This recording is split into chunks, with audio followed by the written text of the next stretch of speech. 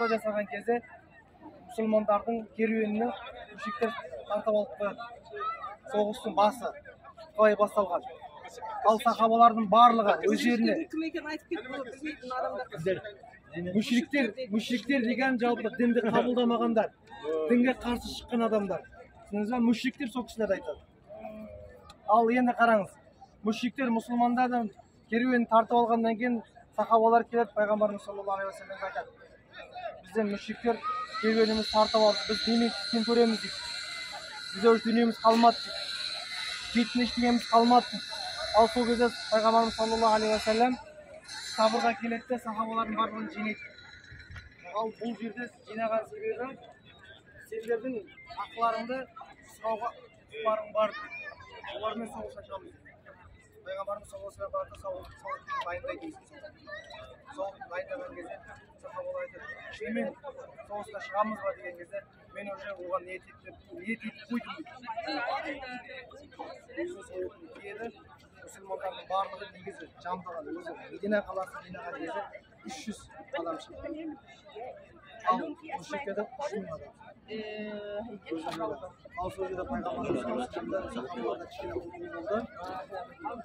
оқу болды. Оқу болған кезде не дейді? Я Расулалла, олар адамны көп қой, біз қалай жеңеміз дейді. Пайғамбарымыз саллаллаху алейхи ва саллям айтады: Аллаға сенейік. Аллаға сенейік, Аллаға дұға етіп сол кезде уақыт өтсе. Пайғамбарымыз саллаллаху алейхи ва саллям айтады: пайғамбарымыз саллаллаху алейхи ва саллям бізге Аллах қайтадан өздері рухани күш алады, жолға шығады. Соғысқа шыққан кезде сахабалардың кейбір өздерінің хадистері бар. Соғысқан кезде айтады: біз қылышымыз көтергенде мушриктер өзі бөлініп жерге құлайды. Осындай бір деректер.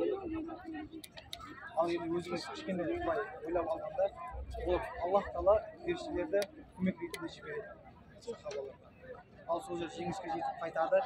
Ал арасында мушриктердің қайтып кеткен, Мединаға қайтып кеткен кезде қайтадан соғысқа дайындалады.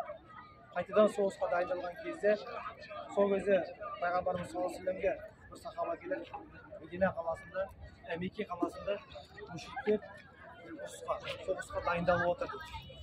Ал біз соғысқа дайындаламыз ба дейді. Ал ол кісілер де дайындала бастайды. Ал бірақ бұл жерде оларда да аз болады, ол кісілерде көп болады, тағы да көп болады, мушриктерде адам көп болады. Енді сол кезде пайғамбарымыз саллаллаху алейхи ва саллям осы жерге келеді.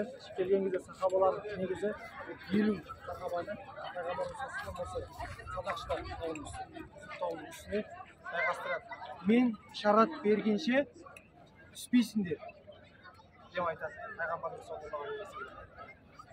Пайғамбарымыз саллаллаху алейхи ва саллям қалған сахабаларды алып соғысқа шыққан кезде алдына мушриктердің алдына шыққан кезде пайғамбарымыз саллаллаху алейхи ва саллям олар ол жақта тұр, тауының үстінде тұр. Жеңіске жетсек шықсақ та жеңіспен қайтсақ та, жеңіспен қайтпасақ та мен ишарат бергенде түспейсіздер деген кезде бұлар мұсылмандар барып соғыс бастаған кезде мушриктер жеңе бастайды. Жеңе бастаған кезде мұсылмандар имандары әлсірей бастайды сол кезде. Енді садақ ақша болады, қылыш ақша болады. Ал сол кезде пайғамбарымыз саллаллаху алейхи ва саллям мушриктерді артқа қарай шегініп бастаған кезде жоғары жақта 5 сахаба айтады. 5 сахаба тұрған кезде пайғамбарымыз саллаллаху алейхи ва саллям айтты ғой бізге бұйрық берді ғой түспеңдер деген кезде біз түсеміз. Біз осы дүниені алмағанда біз не істейміз деп иман әлсіреп бастаған кезде 5 сахаба қалып кетеді, 45 түсіп кетеді ғой. Артында ар жақтан мушриктер келіп 5 сахабаны өлтіреді. Ол сахабалар түсіп кеткен ортада қалып кетеді. Мушриктердің ортасында қалып кеткен кезде пайғамбарымыз саллаллаху алейхи ва саллям ортада қалды.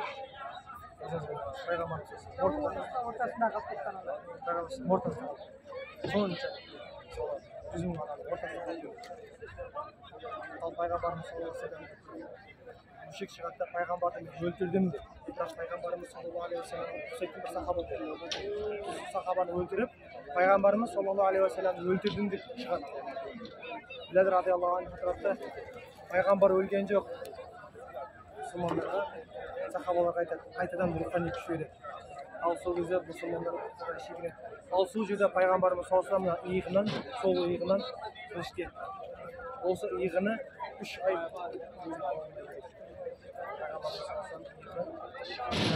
жарақат алды. Пайғамбарымыз саллаллаху өлді деп, бірақ сахабалар айтады, өлген жоқ деп. Біләл радиаллаху анху мушриктер қалада өстен қарай шығып кетеді. Сол жерде мушриктердің құжатта бір батырлар бар ғой олардың.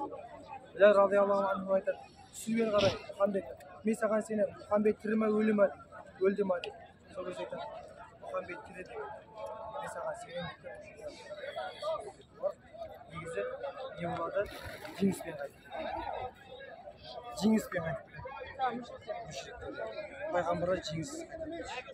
Ал ол жерде немен мәселе?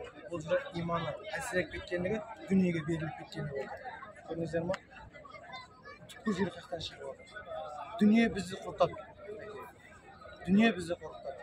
Сол жерден бастап уже кейбір сахабалардың уже дүниеге беріліп кетеді. Өзіңіз ойлаңыз. Сол мына жерде қайтыс болған сахабалардың бірақ қай сахаба қайда жатқаны белгісіз. Тексіз болды. Сол жерге жеткен сахабалар.